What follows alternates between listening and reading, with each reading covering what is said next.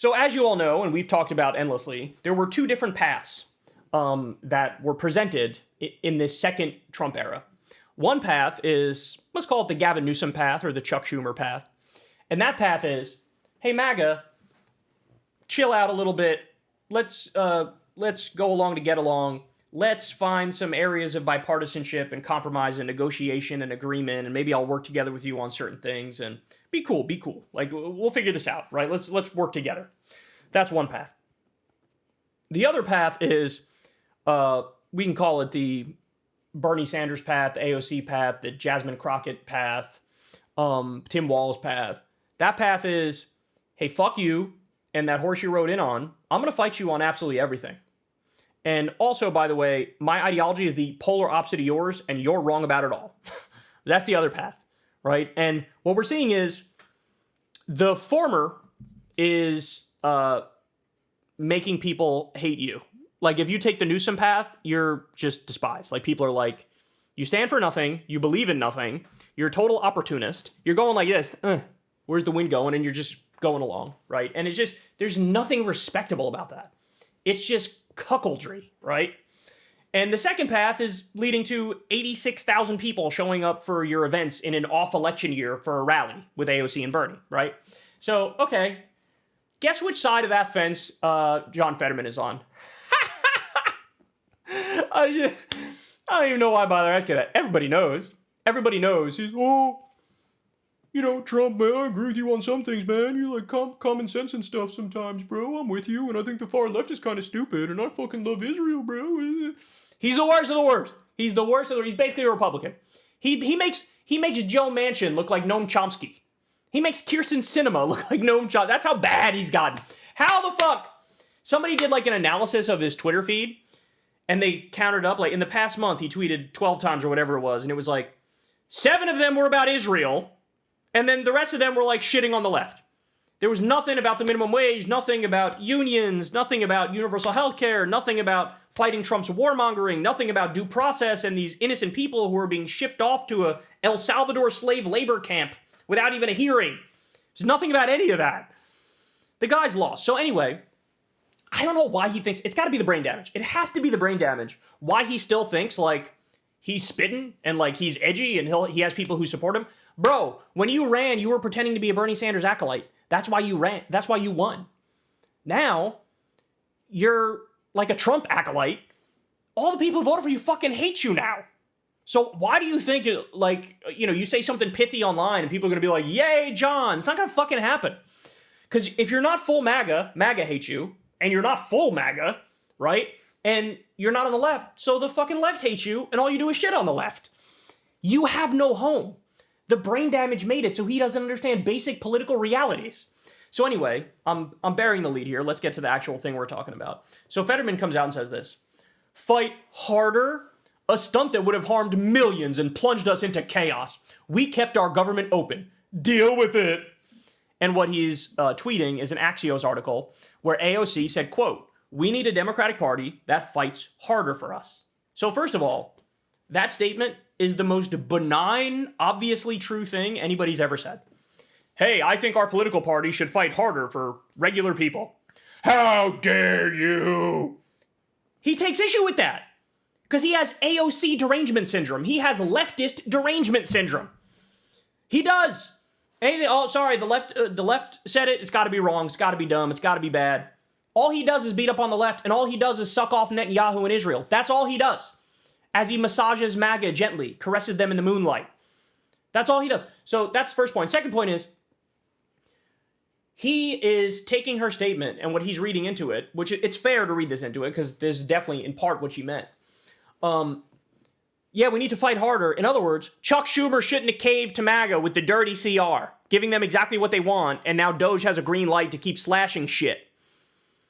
And his reaction to that is, we were being responsible in keeping our government open. Deal with it.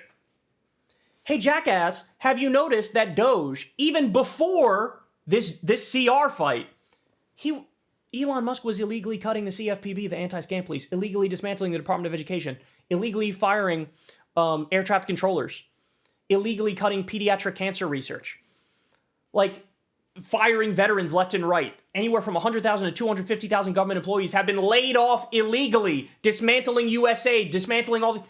Did you miss that they had zero authority and they did that anyway? Did you miss that? And so now you have the only time the Democrats are going to have leverage, because from now on, the Republicans are going to be able to use reconciliation to get their stuff through. That's only 51 votes that they need.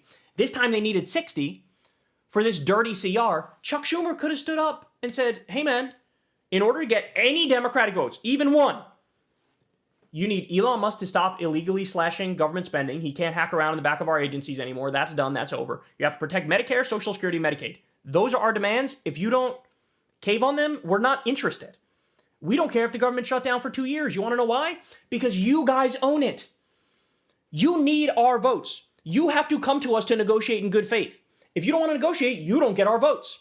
It's on you. People were polled. The majority of Americans said, if the government shuts down, it's on Trump and it's on Elon. So all you have to do is go in public, make the case, make the argument, say, we are going to stand for the American people. We're going to stop Elon from illegally slashing the government anymore. Cut Medicare. We're going to protect Medicare, Medicaid, and Social Security. Make sure they don't cut them. That's all you have to do and fight. And instead, what does Fetterman do? Gives MAGA exactly what they want, passes the dirty CR, which gives Trump and Elon more power, and slashes government further. And then virtue signals like, you're so irresponsible wanting to shut the government. They needed our votes. Without our votes, they couldn't have gotten anything done. And they would have been blamed for the shutdown. And his strategy is just give the Republicans everything they want and pretend like that's savvy. Pretend like that's cute. Pretend like that makes you a hero. Nobody has ever misread a situation worse. Chuck Schumer had to literally cancel his book tour because he was going to get protested to the high heavens for caving to MAGA. He had to cancel his book tour. He had to do a humiliation tour and go on The View and all these different shows and be like, oh God, actually, we're sticking it to the Republicans by giving them everything they want.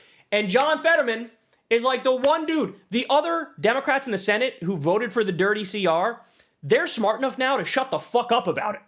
They're smart enough to be like, oh, I pissed everybody off. I'm not gonna hit that hornet's nest again.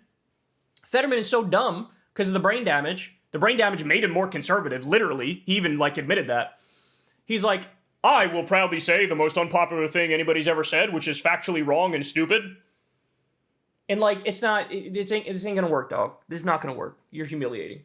He's humiliating. He is so washed.